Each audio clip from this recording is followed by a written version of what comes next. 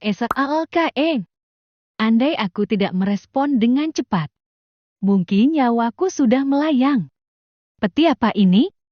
Aku kira itu adalah harta yang sangat berharga. Ternyata itu hanya peti pencabut nyawa. Ji Haichen tidak berminat lagi untuk mengambil peti harta karun. Bukan pengecut tapi sadar diri. Kekuatannya tidak cukup. Ketika Ji Haichen akan pergi, dentiannya bergetar lagi. Apakah aku benar-benar pengecut? Karena selama ini tidak ada yang bisa mengancam nyawaku. Aku merasa bebas melakukan apapun. Namun keadaan seperti itu ternyata membuat mentalku anjlok. Sehingga aku bisa menggertak yang lemah dan takut dengan yang kuat. Ternyata aku memang pengecut. Masih takut akan kematian. Sedangkan perjalanan dalam bela diri itu penuh dengan pertumpahan darah. Maut bisa datang kapan saja. Terima kasih untuk kalian yang sudah menemaniku, petir ilahi tubuh surgawi bulan matahari dan bintang. Karena peti itu bisa membuat kalian tertarik. Aku akan memuaskan kalian. Tidak peduli walau aku harus membayar dengan nyawaku. Ji Haichen menghela nafas. Lalu memberanikan diri untuk membuka peti itu. Aku harus berhati-hati tidak boleh ceroboh seperti sebelumnya. Lalu Ji Haichen mengaktifkan mata langitnya yang dia pelajari dari salah satu teknik yang ayahnya berikan. Ketika setelah mengamati dengan serius, tidak ada hal yang mencurigakan. Aneh sekali. Padahal tadi aku benar-benar merasakan sensasi kematian. Jika mata langit tidak bisa mengetahui apa yang menyerangku tadi, aku hanya bisa membuka peti itu lagi. Baru aku akan tahu dari mana sensasi kematian itu datang. Lalu Ji Haichen membuka lagi peti harta karunnya. Namun sekarang Ji Chen tidak ceroboh. Ji Haichen penuh dengan persiapan. Ketika tangannya menyentuh peti lagi, itu langsung melahap jiwa Ji Chen. Itu terasa sangat menyakitkan. Tulang dan tendon serasa dilucuti. Ji Haichen mencoba menahan rasa sakit itu. Keringat sebesar biji kacang terus-menerus keluar. Persetan ini benar-benar menyakitkan. Apakah aku akan mati di sini? Anak yang bangga. Jenius yang tak tertandingi. Ketika lahir kultivasiku sudah melampaui semua ahli. Bahkan leluhur dinasti yang ditakuti oleh semua orang. Itu hanya semut di mataku. Namun sekarang aku harus pasrah. Aku tak berdaya. Aku harus mati di tempat ini. Ketika Ji Haichen ingat tentang ayahnya. Ayah, apakah aku harus mati seperti ini? Tidak. Aku tidak boleh mati. Aku sudah berjanji untuk menjaga ibu. Aku sudah berjanji akan pulang dengan selamat. Aku belum bertemu dengan ayah. Aku belum menjelajahi dunia yang luas ini. Aku hanya tahu dinasti yang aku tempati saat ini. Aku belum tahu dinasti yang lain. Aku belum tahu jutaan dunia yang ada di galaksiku saat ini. Aku belum tahu miliaran dunia. Aku belum tahu penguasa-penguasa galaksi yang begitu kuat. Aku belum membuat nama di seluruh dunia bela diri yang luas ini.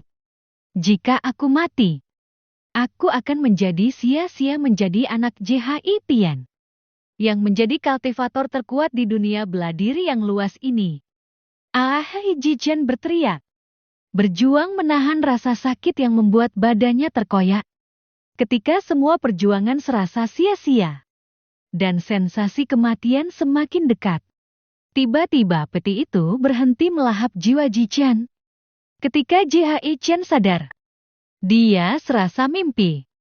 Karena dunia yang ditemui berbeda dengan dunia ketika Ji Haichen menemukan peti harta karun. Dunia ini begitu indah. Gunung yang hijau, air terjun yang indah. Burung-burung terbang menambahkan keindahan untuk pemandangan di dunia baru ini. Air sungai yang begitu jernih. Udara yang sejuk. Yang membuat suasana menjadi damai. Apakah aku sudah mati? Apakah ini alam setelah kematian? Meskipun sepi itu terasa lebih damai. Ibu, maafkan aku. Aku tidak bisa memenuhi janjiku untuk menjagamu. Ayah, maafkan aku. Karena aku harus mati lebih awal, aku tidak bisa membuatmu bangga. Ketika Jihai Chen terus mengoceh tentang kematian, tiba-tiba ada suara dari udara. Bocah ini bukan alam kematian. Kenapa kamu sangat ingin mati? Sehingga terus meminta maaf. Sungguh bocah konyol. Ketika Jihai Chen mendengar suara itu, Jihai Chen tertegun. Dia berhenti mengoceh dan tersadar dari lamunannya. Lalu Jihai Chen menatap ke langit. Jihai Chen melihat orang tua yang melayang di udara. Namun Ji Chen tidak bisa mengetahui tingkat kultivasi apa orang di hadapannya.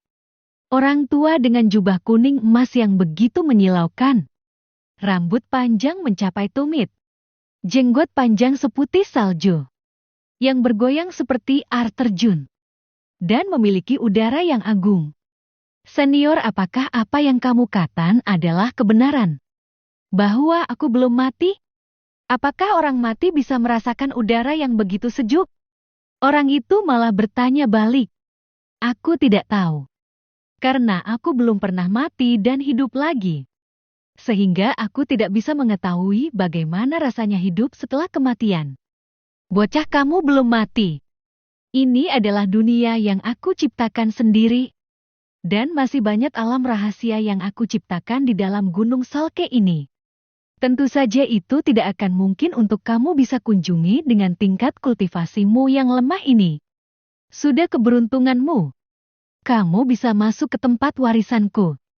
Namun setelah menunggu jutaan tahun, baru ada orang yang bisa masuk ke tempatku.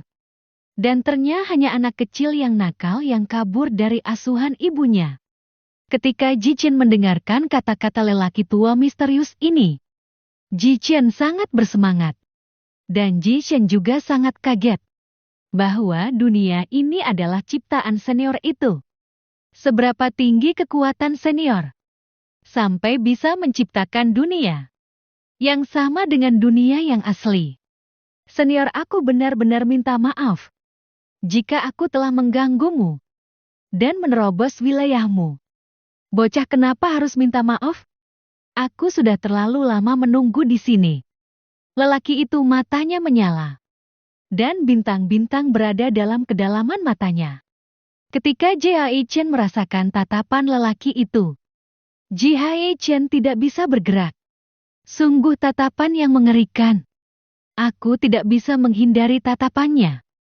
Apakah harta yang ayah tinggalkan dalam tubuhku tidak bisa menutupi rahasia tubuhku lagi? Setelah beberapa saat, mata lelaki tua itu kembali ke keadaan normal lagi.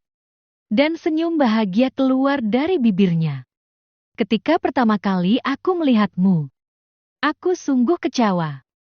Namun aku ternyata salah menilaimu. Aku sungguh tidak sia-sia menunggu selama jutaan tahun di sini. Jika aku tidak menggunakan teknik pengamatan khusus, aku tidak akan bisa melihat tubuhmu. Bocah, mungkin ini takdir yang mempertemukan kita. Aku tidak menyangka dalam tubuhmu ada harta yang orang tua ini ciptakan waktu dulu.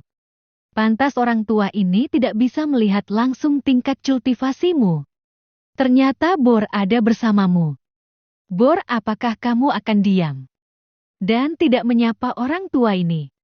Ketika lelaki misterius ini selesai bicara, tubuh Ji Chen bergetar.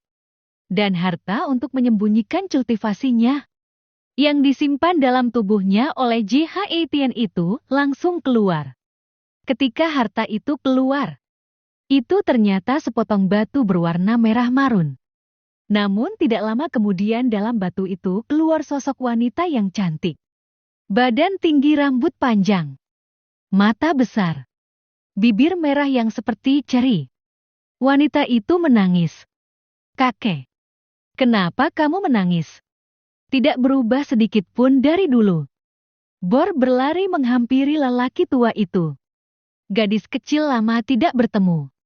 Ketika Jihai Chen melihat wanita itu, dia sungguh terpana. Tidak pernah sedikit pun terlintas dalam pikiranku bahwa harta yang selalu menemaniku Dari waktu aku lahir, ternyata itu mengandung makhluk hidup. Lelaki tua itu memandang Jichen dengan penuh kasih. Bocah, aku titipkan bor kepadamu. Kamu harus menjaganya dengan baik. Bor tidak hanya bisa menyembunyikan cultivasimu, tapi dia juga bisa menciptakan ilusi terhadap lawanmu. Lalu lelaki tua itu menunjuk dan sinar emas langsung melesat ke dahi Jichen. Ketika sinar emas memasuki dahi Jichen, kepala Jichen terasa sakit. Dan informasi tentang cara menggunakan bor tertulis dalam kepala Jichen. Bocah, aku telah memberitahumu tentang cara menggunakan bor. Sekarang aku akan mewariskan teknikku kepadamu. Namun sebelum itu, kamu harus berjanji kepadaku tidak memberitahukan orang lain tentang pertemuan kita. Karena Gunung Solke ini adalah tempat lahirku dan tempat peristirahatan terakhirku.